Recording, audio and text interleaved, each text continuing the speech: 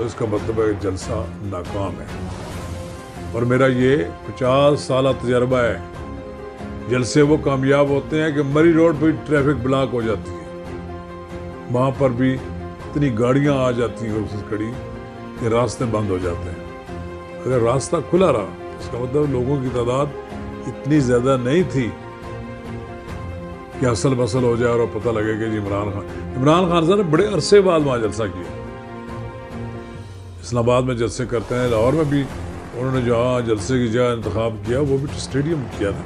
میں اس سے کوئی انکار نہیں کرتا, میں ان کا سیاسی طور پر مداح نہیں ہوں, لیکن میں اس بات سے کبھی انکار نہیں کیا. وہ ایک پاپولر لیڈر ہے, ایک مقبول لیڈر ہے.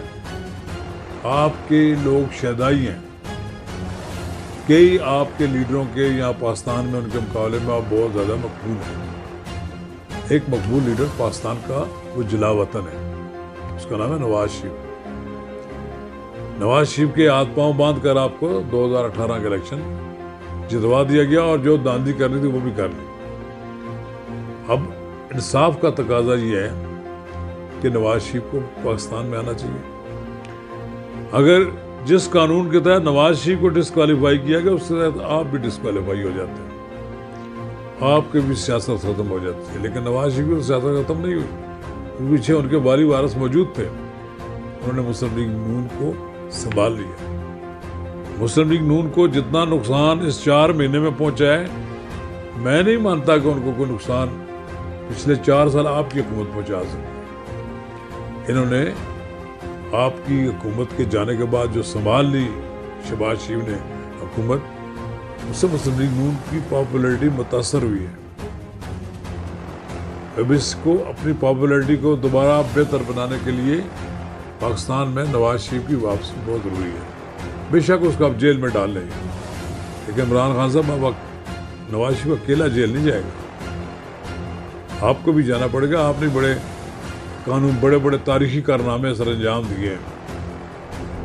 یہ جو توشہ خانہ کا کیس ہے اس پہ تو ویسے بھی آپ کے خلاف ریفرنس بنا ہوا ہے. یہ جو آپ نے کروڑوں اربوں روپے کے جو آپ باہر سے ڈونیشن لیتے رہے ہیں, چھپاتے رہے ہیں, ان کو ظاہر نہیں کیا ہے. پھر آپ کے خلاف اسی طرح کے اور بھی بہت سے جرائم ہیں جو جن کی بڑی طویل فہرست ہے. اور تازہ ترین آپ نے ایک مجسٹریٹ کو دھمکی دی ہے, پولیس کو دھمکی دی ہے. آپ کے خلاف دہشت گردی کے مقدمات درج ہو گئے. اگرچہ عام افواہ اڑی ہوئی ہے کہ آپ کی گرفتاری ہو رہی ہے, میں نہیں کہتا کہ آپ کو اس کیس میں گرفتار کریں. آپ کا فیصلہ عدلیہ کو کرنے دیں کہ اگر عدلیہ کو بھی تو دیکھنا ہوگا نا کہ انہوں نے نواز شریف کو بھی ڈسکوالیفائی کیا تھا. اسی طرح کے الزامات پر وہ جو کہ جن کا کوئی وجود بھی نہیں, جن کے بارے میں کہا جا سکتا تھا کہ وہ ایسے نہیں تھے کہ ان کو ڈسکوالیفائی کر دیا جاتا, ان کی حکومت ختم کی گئی. اب آپ کے خلاف بہت کچھ مواد ہے, آپ پیش ہی نہیں ہوتے, آپ عدالتوں کی نہیں مانتے. عدالت جب تک آپ کے حق میں فیصلہ نہ دے. یہ جو آپ کی تقاریر سے ظاہر ہوتا ہے, جس طرح آپ نے اپنے ساتھی شہباز گل کے بارے میں بہت سی باتیں کی ہیں, آپ نے ان کی عزت نفس کا بھی خیال رکھتے ہیں. جو چیز ہوئی نہیں ان کے ساتھ اس کا کہیں ذکر بھی نہیں آنا چاہیے تھا. عمران خان صاحب سے میری یہ گزارش ہے کہ آپ یہ جلسہ کھیل ختم کریں, پارٹی آرگنائز کریں, آئندہ الیکشن کی تیاری کریں. ابھی آپ 9 حلقوں میں الیکشن لڑیں گے اور آپ کا خیال ہے کہ آپ 9 کے 9 حلقوں میں جیت جائیں گے اور پھر واہ ہوگی. پاکستان کے دنیا سب کو معلوم ہوگا کہ میں سب سے پاپولر لیڈر ہوں, میرا کوئی مقابلہ نہیں کر سکتا, لہذا مجھے ڈسکوالیفائی نہ کیے. ایسا نہیں ہوگا. ممکن ہے کہ ہاتھ سے 2-4 نشستیں نکل جائیں. اور پھر دوسری بات یہ ہے کہ یہ جو سیاست ہوتی ہے یہ کسی کا لحاظ نہیں کرتے, دوسرے بھائی کا نہیں کرتے. سیاست دان بھی اس داؤ میں بیٹھے ہوتے ہیں کہ کب عمران خان ڈسکوالیفائی ہوتے ہیں. میں تو کبھی ان کو ڈسکوالیفائی کرنے کے بھی حق میں نہیں ہوں. ان کو اوپن موقع ملنا چاہیے. پھر لیکن نواز شریف کو بھی اس ملک میں آگے ملنا چاہیے جو ان سے بڑا لیڈر ہے, جو 3 بار ملک کا وزیر اعظم رہا ہے, جس نے پاکستان میں تعمیر و ترقی کی ایک سفر کا آغاز کیا اور پاکستان کو ترقی کی معراج کی طرف لے جا رہا تھا، ظالموں نے اس کو اقتدار سے محروم کر دیا۔ اب آپ عمران خان صاحب، آپ اتنی جلدی گھبرا گئے ہیں کہ آپ کے خلاف بوٹوں والے آ گئے ہیں، کبھی آپ کہتے ہیں فلانے آ گئے ہیں۔ بھائی کل تک تو آپ بوٹوں والے کے بوٹ ہی چڑھتے تھے نا، انہوں نے آپ کو لیڈر بنا دیا، انہوں نے آپ کو اقتدار دے دیا، انہوں نے آپ انگلی پکڑ کر آپ کو حکومت کرنا سکھا دیا۔ پھر جب دیکھا گیا انف از انف، آپ اس قابل نہیں ہے کہ آپ مزید اس ملک میں اقتدار میں رہیں، انہوں نے آپ کو فراغت کافی کرا دی۔ NA 245 سے آپ کا امیدوار جیت گیا، کوئی شک نہیں کہ کراچی میں بھی اب آپ کا اثر رسوخ بڑھ گیا ہے۔